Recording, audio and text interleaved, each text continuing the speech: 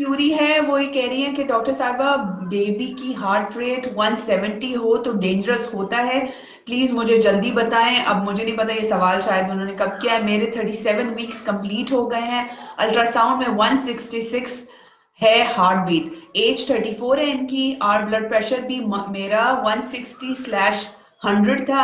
वो कह रही है, साथ में उन्होंने रीजन भी बता दिया कि शायद मार्केट में घूमती रही और उसके बाद वो डॉक्टर के पास गई तो शायद इस वजह से बेबी की जो हार्ट बीट है वो बढ़। यार एक तो प्लीज एक बात समझ लें कि ब्लड प्रेशर का ताल्लुक मार्केट में घूमने से, ना सोने से, थकावट से नहीं होता। अगर ये हिसाब हो तो मैं जो 24 घंटे हवा के घोड़े पे चढ़ी रहती हूँ मेरा ब्लड प्रेशर तो 200 से नीचे होना ही नहीं चाहिए। सो blood pressure is not something which like remains। बाजार जाने से, बाजार जाके तो मतलब खुश होता है बंदा, क्या आया है, शॉपिंग करने आए हैं तो if your blood pressure was 160/100 at 37 weeks of pregnancy, it's very dangerous। खवातीन, आप अगर अपने आप से आपको मोहब्बत नहीं है और पढ़ना नहीं चाहती तो मैं आपको पूरी मेडिसिन या पूरी प्रेगनेंसी 2-4 मैसेजेस में नहीं बता सकती। मैंने अभी पिछले दिनों तस्नीम हाई ब्लड प्रेशर पे दो या तीन मैंने एसेस लिखे थे जो डॉन में छपे। उनमें प्री क्लैम्सिया था और एक्लैम्सिया था। और क्लैम्सिया वो है जो, प्री क्लैम्सिया वो होता है जो हाई ब्लड प्रेशर की वजह से फिट्स पड़ने से पहले का प्रॉब्लम होता है, और क्लेम्सिया वो होता है जब हाई ब्लड प्रेशर के साथ आपको मिर्गी जैसे फिट्स पड़ने शुरू हो जाते हैं।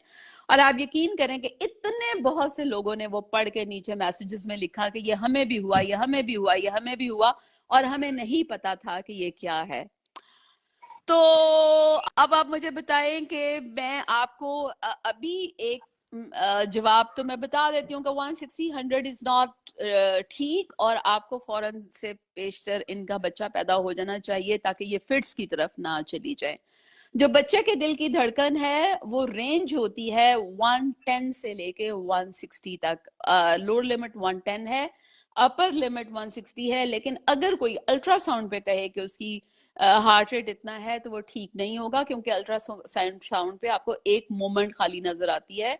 इसके लिए हमें सीटीजी करनी पड़ेगी। मैंने पिछली दफा भी सीटीजी पे 4-5 मजमून लिखे, उनके मैंने ट्रेसेस भी लगाए कि सीटीजी क्या होती है। मैंने उसका मतलब भी बताया कि आप किसी ऐसे अस्पताल में ना जाएं जहां सीटीजी की फैसिलिटी मौजूद नहीं है, क्योंकि सीटीजी मॉनिटरिंग बच्चे के दिल की धड़कन जचगी के दौरान जरूर रिकॉर्ड होनी चाहिए। ये जो अक्सर लोगों के बच्चे मर जाते हैं जचगी के दौरान, वो इसीलिए कि आप जचगी के दौरान बच्चे के दिल की धड़कन रिकॉर्ड नहीं कर रहे होते। और बदकिस्मती से हमारे यहाँ सीटीजी सरकारी अस्पतालों में भी मशीन तो होगी लेकिन रिकॉर्ड करने के लिए पेपर नहीं होगा।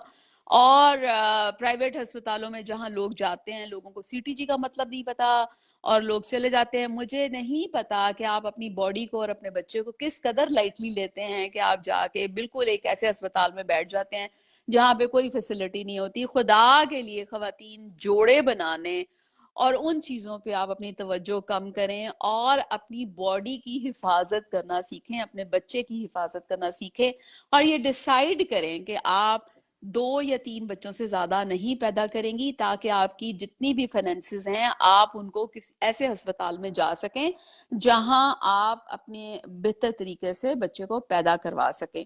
बात शुरू हुई थी दिल की धड़कन से, वो मैंने बता दी, और आगे से मैंने ये बता दिया कि सीटीजी क्या होता है। सीटीजी पे मेरी वॉल पे बहुत सारे मजमून हैं, वो पढ़ें, ग्राफ्स देखें उनके और समझने की कोशिश करें। देखें, ये मकसद ये नहीं है कि अगर आप डॉक्टर नहीं हैं तो आप सीख नहीं सकते।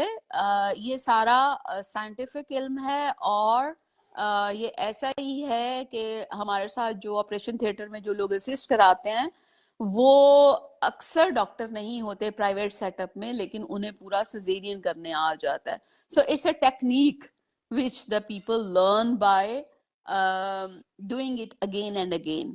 इसीलिए अगर आप पढ़ेंगे, और मैं आपको उर्दू में पढ़ा और समझा रही हूँ, अगर आप अभी भी नहीं सीखेंगे तो फिर मैं क्या कहूँ।